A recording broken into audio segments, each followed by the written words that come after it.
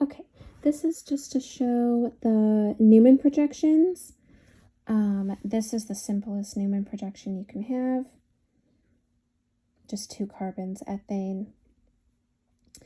And looking at page 4 of lecture note 7, on the top there, she has like A through F diagrams that she wrote in. So like fully eclipsed, then to gauche, then to partially eclipsed, then anti-conformation. I'm just going to kind of show you what that looks like in the 3D.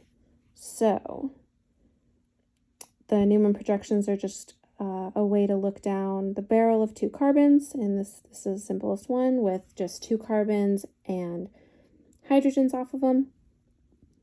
So diagram A on the top of that page 4 would be like this. So looking down the 2 carbons, straight down, it's fully eclipsed. The back hydrogens are directly behind the front hydrogens in all ways. Let's see if I can hold this a different way. It's like fully eclipsed. And then as she goes from A to B to C to D and so on, it's just a 60-degree rotation of, let's see here. There we go. It's a 60-degree rotation of the back carbon. Because these single bonds, this is just a way to show that organic molecules are not static. All these single bonds in these hydrocarbon chains allow all these to rotate around, and these hydrogens to rotate around and all that. They're constantly rotating. And so to go from A to B, we rotate the back 60 degrees. And so we have, so now when we look down the barrel, they're staggered. And then this is lower energy than eclipsed, because these atoms in general, will always want to be as far apart from each other as they possibly can be. So this is lower energy, more favorable.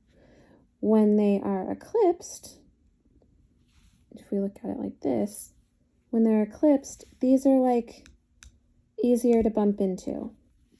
It's easier for these to bump into each other. It's higher energy. They don't like that. But if we're staggered, staggered like this, then it's going to take more energy for these to bump into each other. It would be harder for them to bump into each other. So it's better. Now this is the exact molecule she drew in those diagrams on page 4. It's just butane, 4 carbons. And now we're looking down the barrel of the 2 middle carbons. And she started fully eclipsed. And this is where like fully eclipsed, gauche, partially eclipsed come in, when you have bigger molecules, substituent groups kind of, that could potentially bump into each other and want to repel each other. And so when the 2, because we're looking down this barrel of the 2 middle carbons, so when these 2 big groups are as close as they possibly can be, eclipsed, both up, that will be fully eclipsed, where the 2 small groups are right behind each other here, and the 2 methyl groups are right next to each other, one right behind the other. That's diagram A that she drew there. And then for B, we rotate the back 60 degrees. So now it's a little better. How can I hold this so you can see it? It's a little better. A little farther away, those 2 big groups. That would be gouged. Then another rotation. Now this methyl is directly behind the hydrogen. These two hydrogens are synced up, and then this hydrogen is right behind the methyl in the front. And this is diagram C that she drew. And then another 60-degree rotation will bring you back to staggered. And this is most favorable. This is diagram D, anti-conformation. This is where these two biggest groups, the two methyl groups, are as far away as they possibly can be. Like that. And this is why we draw them like this, like zigzagged, because that's how they want to be. That's how they would like to be.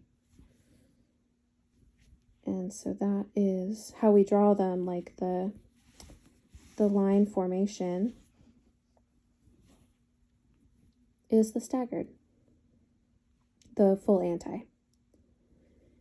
And then we can keep rotating the back. See here. We can keep rotating the back another 60 degree. So this, like, let me see here.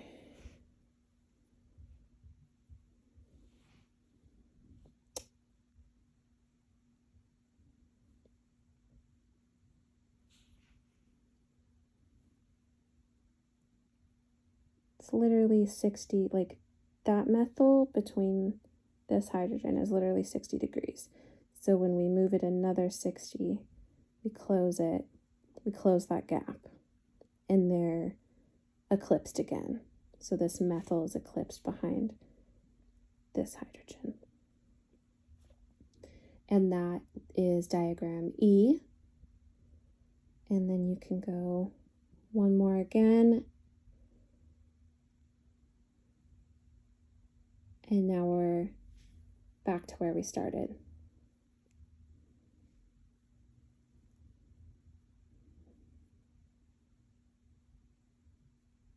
Yeah.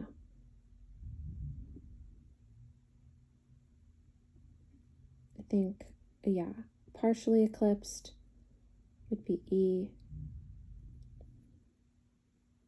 One more 60 would be the gauche, F. And then one more fully eclipsed back to A.